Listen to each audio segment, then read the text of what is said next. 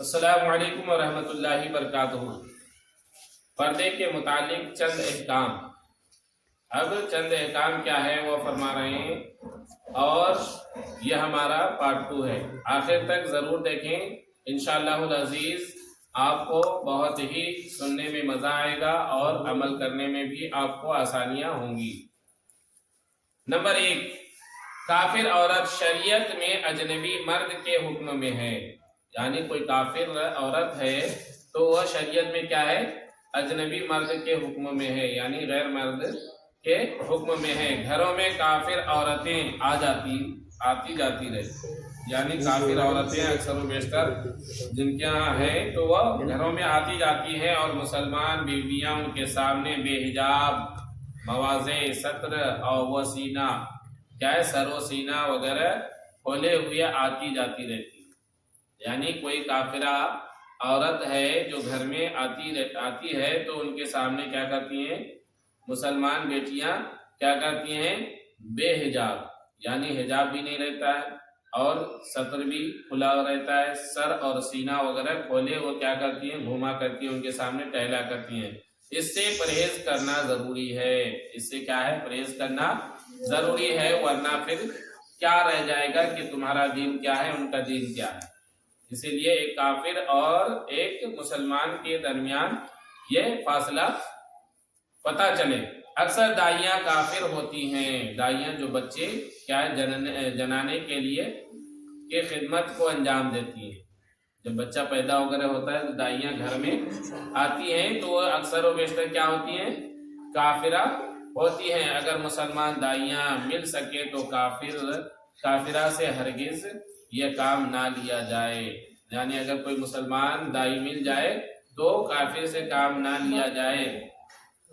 کافرہ کے سامنے عزا کھولنے کی اجازت نہیں، یعنی کوئی عزا، کوئی ستر کھولنے کی کافرہ کے سامنے، جب ایک مومن کے سامنے، چاہے وہ عورت ہو چاہے مرد، جب نہیں ایک دوسرے کو دکھا سکتے تو وہ تو کافرہ ہے، تو ان کے سامنے بھی کھولنے کا حکم نہیں ہے۔ نمبر 2، نیک کیا ہے؟ صالح، نیک اور شریف عورت کو چاہیے کہ وہ اپنے کو بدکار فاحشہ عورت کو دیکھنے سے بچائے، یعنی اگر کوئی نیک عورت ہے، صالح عورت ہے، شریف عورت ہے تو اس کو چاہیے کہ وہ فاحشہ عورت کی نگاہوں سے کیا کرے؟ بچی رہے، ٹھیک ہے؟ اگرچہ وہ مسلمان ہو مگر کیا ہے؟ بدکار ہے، فاحشہ ہے، ٹھیک ہے؟ تو ان سے بھی بچنا چاہیے، چاہے وہ مسلمان کیوں نہ ہو۔ اس کے سامنے دوپٹہ وغیرہ نہ اتارے، کیونکہ وہ اسے دیکھ کر دوسرے مردوں کے سامنے اس کی شکل صورت کا ذکر کرے گی، یعنی جب وہ دیکھے گی کہ یہ شریف عورت ہے، یہ اپنے دوپٹے کو سر سے اتار دیا ہے، سینے سے ہٹا دیا، تو وہ فاحشہ عورت، بگڑی ہوئی عورت کیا کرے گی؟ اس کی ساری باتیں غیر مردوں کو جا کر کے بتائیں گی، یہ جس سے فتنہ پھیلنے کا کیا ہو جاتا ہے؟ اندیشہ ہوتا ہے۔ تو ایسی عورتیں پاک دامن میں آئیں ہی کیوں، یعنی ایسی عورتیں پاک دامن میں آئے ہی کیوں؟ نمبر 3، کسی عورت کسی اجنبی مرد کے جسم کو نہ چھوئے، یعنی عورت ہے تو کسی اجنبی جس کو نہیں جانتی پہچانتی ہے تو اس کی کیا ہے؟ جسم کو نہ چھوئے، جبکہ دونوں میں سے کوئی جوان ہو، یعنی دونوں میں سے کوئی جوان ہے تو اس کو کیا ہے؟ چھونا نہیں چاہیے، اگرچہ اس کی بات کا دونوں کو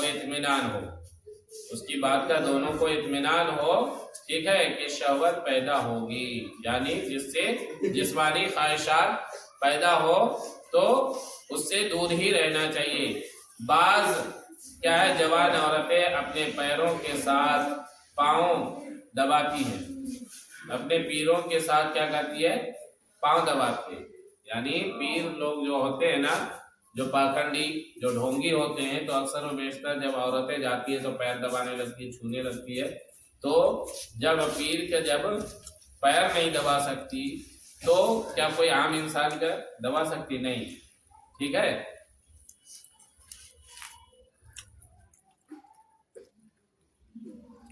ٹھیک ہے. اگر اور ان میں اکثر دونوں یا ایک شہوت تک پہنچا ہوا ہوتا ہے، یعنی اکثر ایسا ہوتا ہے کہ ان دونوں میں سے ایک یا دونوں شہوت تک پہنچا ہوا ہوتا ہے. ایسا کرنا ناجائز ہے اور دونوں گنہگار، یعنی ایسا کرنا کیا ہے، ناجائز تو ہے ہی، بلکہ ساتھ ہی ساتھ دونوں کیا ہے، گنہگار بھی ہو جائیں گے. نمبر 4، بعض عورتیں بہت باریک کپڑے پہنتی ہیں، بعض عورتیں بہت باریک کپڑے پہنتی ہیں جس سے سر کے بال یا بالوں کی سیاہی یا گردن یا کان یا پیٹ یا پیٹھ نظر آتی اور بدن کی رنگت جھلکتی.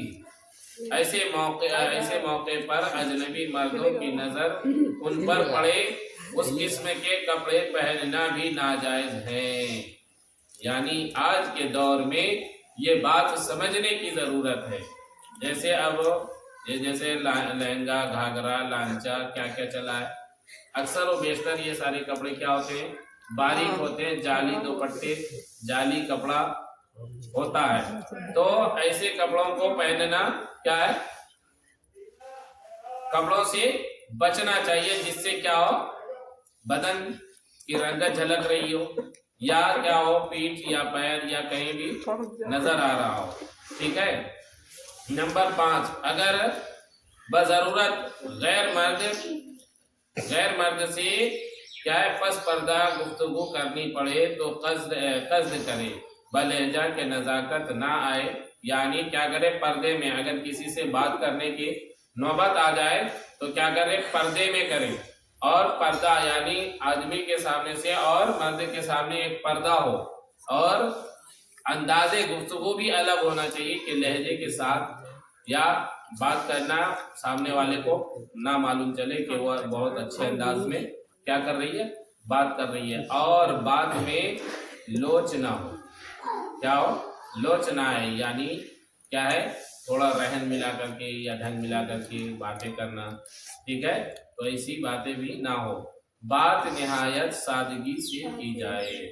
ٹھیک ہے، بہت سادگی سے بات کی جائے. عقد معاب خواتین کے لیے یہی کیا ہے، شایع ہے. یعنی عزت دار عورت کے لیے بہت بہترین چیز کیا ہے کہ ساری برائیوں سے، ساری پردہ کا لحاظ رکھتے ہوئے دوسروں سے باتیں کریں. کہیں آئے جائیں تو بالخصوص پردے کے ڈھانچے میں ڈھک کر کے جائیں، تاکہ انشاءاللہ العزیز آپ کے پردے میں رہنے کی وجہ سے تاکہ کوئی بھی ایسی فحش یا کوئی بھی ایسی برائی پیدا نہ ہو جس سے جو ہے عورت بھی گنہگار ہو جائے، مرد حضرات بھی گنہگار ہو جائے.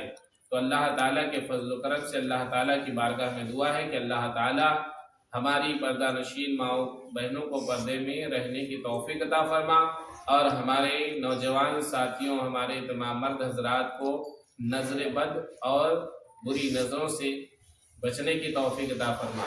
السلام علیکم ورحمۃ اللہ وبرکاتہ. خدا حافظ.